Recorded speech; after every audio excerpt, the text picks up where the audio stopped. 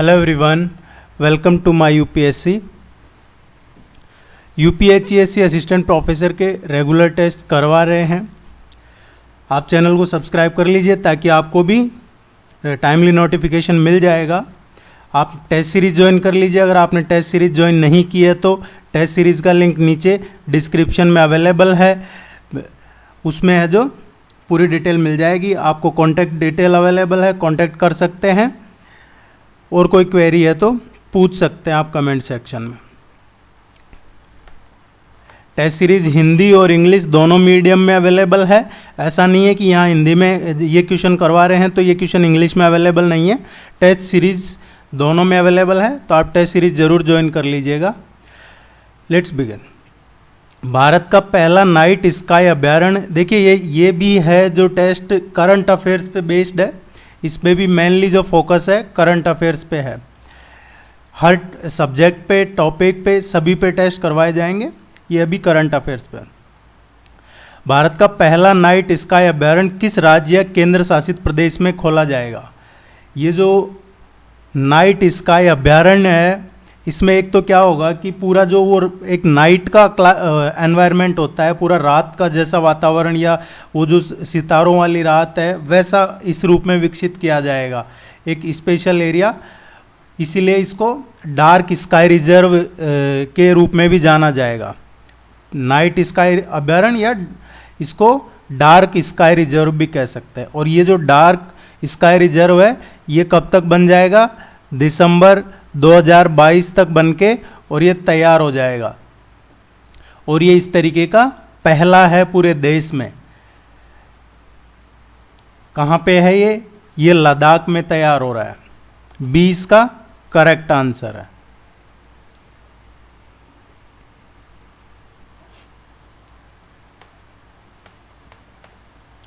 राष्ट्रीय हरित अधिकरण ने, ये एनजीटी की बात हो रही है, एनजीटी नेशनल ग्रीन ट्रिब्यूनल की, उसने अपशिष्ट प्रबंधन की विफलताओं के लिए किस राज्य पर अभी रिसेंटली जुर्माना लगाया है? ये काफ़ी चर्चा में रहा है, ये पूछा जा सकता है। अभी एनजीटी ने 3,500 करोड़ रुपीस का ये पेनल्टी लगाई है। और इस पेनल्टी के अलावा उसमें सुधार और बहाली के लिए 3 मंथ्स का टाइम दिया है कि आप ये जो गलती किए हैं इसको ठीक कीजिए। और एनजीटी ने ये जुर्माना लगाया है पश्चिम बंगाल सरकार पे। और वो इसलिए लगाया कि आपने राज्य में पर्यावरण की हानि की है और जो कथित तौर पे जो वेस्ट मैनेजमेंट है वो नहीं कर पाए हैं आप, सॉलिड वेस्ट मैनेजमेंट। तो ये इसका करेक्ट आंसर है। देखिए हर टेस्ट में, अब आप जब टेस्ट सीरीज ज्वाइन करते हैं तो टेस्ट सीरीज में आपको सभी टेस्ट में 30 क्वेश्चन मिलेंगे। ऐसा नहीं है यहाँ किसी टेस्ट में आपको 10, 15, 20 मिलते हैं, तो टेस्ट सीरीज में आपको पूरे 30 क्वेश्चन मिलते हैं। भारत के किस राज्य में घटियाना द्विवर्ण नामक एक नई केकड़े की प्रजाति की खोज की गई है? ये अभी रिसेंटली जो नॉर्थ कन्नड़ है कर्नाटक में, वहाँ पे इसका ये नई प्रजाति मिली है। इसका करेक्ट आंसर है। और ये इस चर्चा में इसीलिए भी है क्योंकि ये जो घटियाना द्विवर्ण है ये भारत में पाए जाने वाली ये जो केकड़ा की प्रजाति है, ये उसकी 75th प्रजाति है, इसकी खोज हुई है।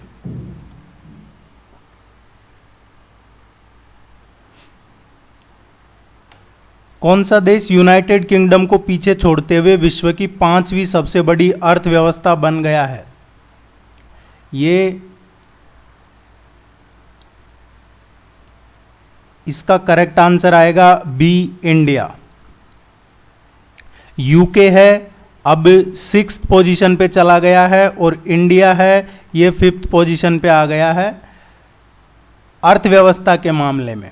हालांकि ये बात अलग है कि वहाँ के लोगों की पर कैपिटा इनकम ज़्यादा है, तो ऐसा नहीं है, लेकिन अर्थव्यवस्था के मामले में 5वें नंबर पे आ गया। अब भारत है जो USA, China, then Japan and Germany, इनके अलावा इनके 5वें नंबर पे है। फिर यही देश है जो अभी भारत से आगे हैं अर्थव्यवस्था में।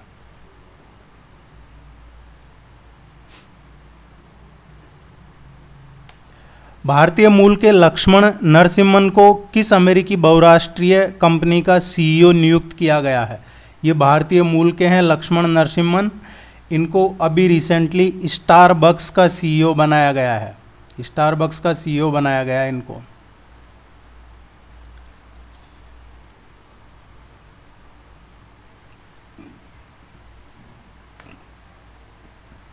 किस भारतीय कंपनी ने गुजरात में भारत का पहला और दुनिया का सबसे बड़ा कार्बन फाइबर प्लांट बनाने की घोषणा की है?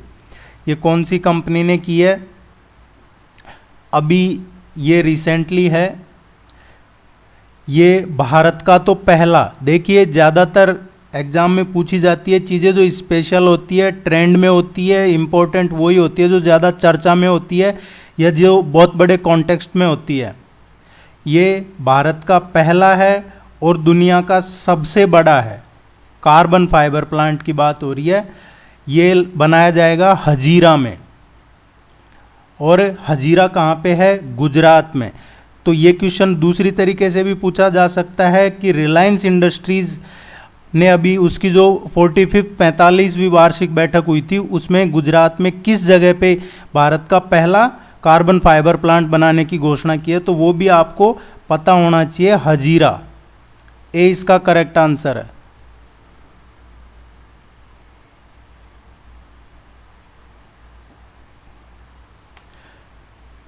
प्राइम मिनिस्टर मोदी ने किस सशस्त्र बल के लिए नए ध्वज निशान का अनावरण किया है? ये काफी टाइम के बाद हुआ है। अभी रिसेंटली जो आईएनएस विक्रांत है उसके टाइम पे ये नौसैनिक जो ध्वज था निशान, उसका अनावरण किया है। और इसमें पहले सेंट जॉर्ज क्रॉस लगा होता था इस तिरंगे में, जो नौसेना का था तिरंगा, उसमें सेंट जॉर्ज क्रॉस लगा था, उसको हटा दिया है अब।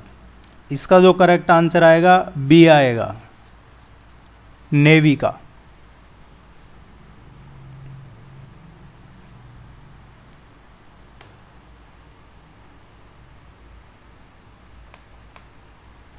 राष्ट्रीय पोषण माह 2022 सरकार के किस केंद्रीय मंत्रालय द्वारा शुरू किया गया है?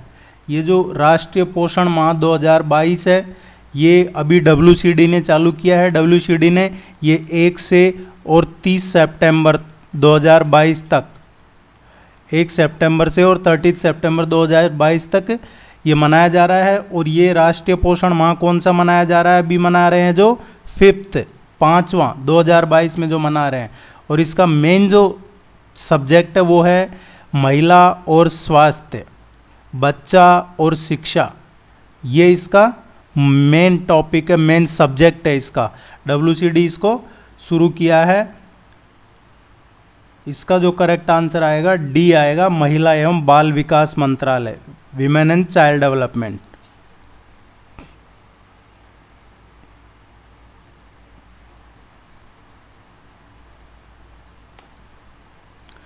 किस राज्य केंद्र शासित प्रदेश ने सभी आपराधिक मामलों में फोरेंसिक जांच अनिवार्य कर दिया है? अब किस स्टेट ने या यूटी ने ये कंपलसरी कर दिया है कि कोई भी आपराधिक केस हो, कोई भी क्रिमिनल केस हो, उसमें फोरेंसिक जांच जरूरी है? ये अभी रिसेंटली होम मिनिस्टर ने डायरेक्शन दिया है और ये दिल्ली पुलिस ने किया है कि जो 6 साल से अधिक जिनमें सजा का प्रावधान है, ऐसे केस जिनमें 6 साल से ज़्यादा की सजा मिलने का है, उसमें उनमें फोरेंसिक जांच को अनिवार्य कर दिया है।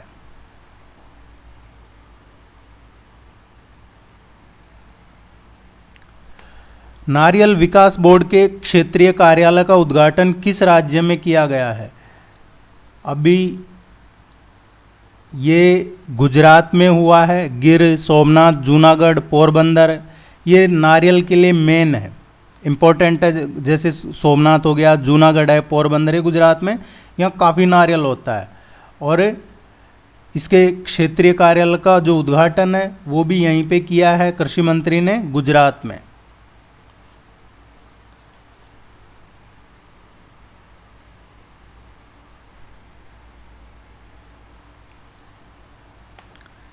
किस राज्य ने किसानों के कल्याण के लिए रूरल बैकयार्ड पिगरी योजना शुरू की है? रूरल बैकयार्ड पिगरी योजना शुरू की है। इसका जो मेन टारगेट है वो ये सुनिश्चित करना है कि जो किसान है वो अलग अलग जो पशुधन खेती के जो माध्यम उनकी गतिविधियां हैं उनमें वो एक उनका परमानेंट कोई इनकम उनको होना चाहिए। इस योजना का मेन टारगेट यही है। और इसमें क्या किया जा रहा है, जो सुअर पालन योजना है उसके माध्यम से जो स्टेट है उसमें पॉर्क उसकी आपूर्ति की जो कमी है उसको दूर करने की योजना एक तरीके से ये मेघालय ने शुरू की है। ए इसका करेक्ट आंसर है। मेघालय के मुख्यमंत्री कौन है? के संगमा, कॉनराड के संगमा।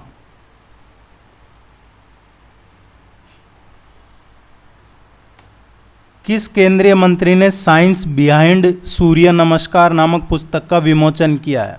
साइंस बिहाइंड सूर्य नमस्कार ये अभी रिसेंटली जो आयुष, महिला और बाल विकास राज्य मंत्री है डॉक्टर मुंजपारा महेंद्र भाई कालूबाई, इन्होंने ये जो अभी अखिल भारतीय आयुर्वेद संस्थान है उसमें जो फेमस योग आसन है उनमें एक सूर्य नमस्कार भी आता है, उस पे ये बुक का विमोचन किया है इन्होंने। डी इसका करेक्ट आंसर। ये पूछा जा सकता है क्वेश्चन, ध्यान में रखिएगा।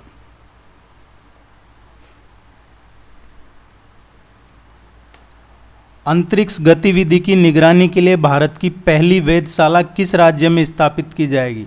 अंतरिक्ष में जो गतिविधि है उसके लिए भारत की पहली, एक तो ये कमर्शियल है, commercial space situational awareness observatory, जिसको भारत की पहली वाणिज्यिक अंतरिक्ष जागरूकता वेधशाला है कमर्शियल।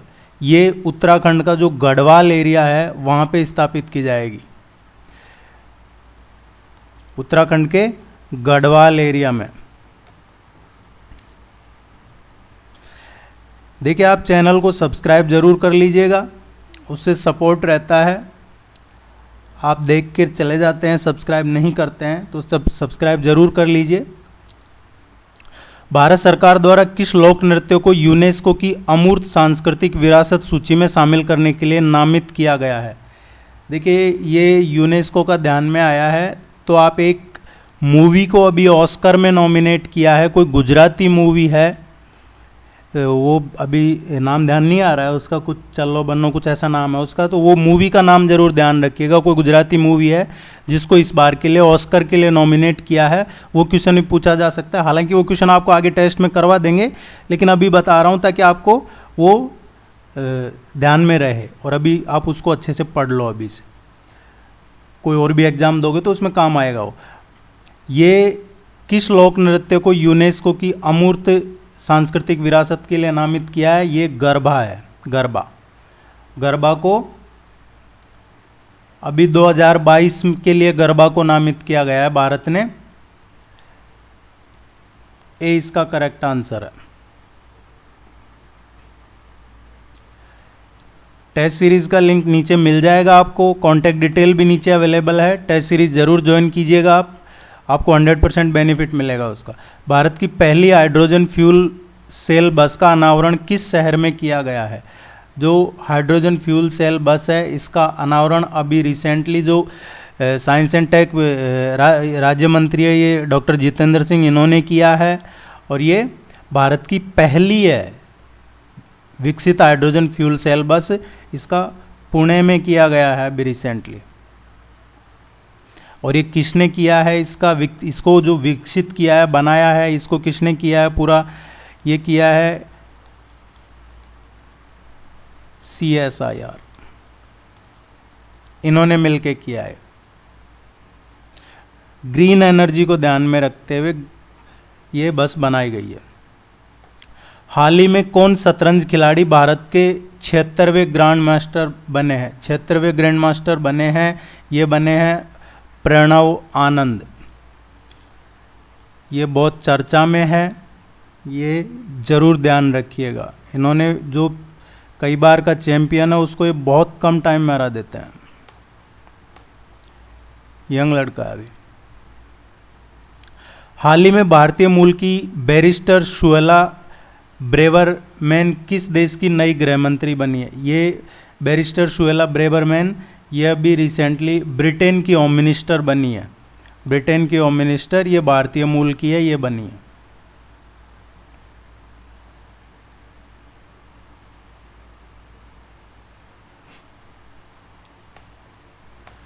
कौन व्यक्ति हाल ही में अखिल भारतीय फुटबॉल महासंघ के नए अध्यक्ष बने हैं?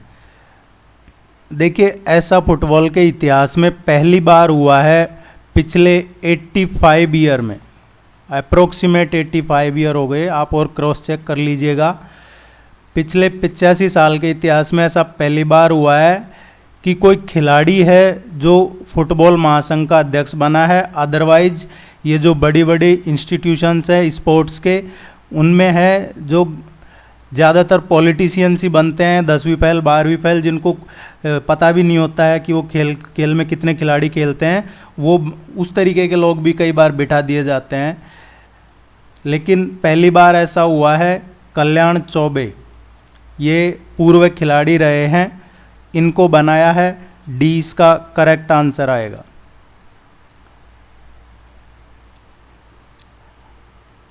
आप चैनल को सब्सक्राइब जरूर कर लीजिएगा। All the very best. Test series का लिंक नीचे अवेलेबल है, और कोई डिटेल चाहिए, कोई क्वेरी हो, आप कमेंट सेक्शन में पूछ सकते हैं या कांटेक्ट कर सकते हैं। व्हाट्सएप नंबर वगैरह नीचे अवेलेबल है। Thank you very much. Good luck.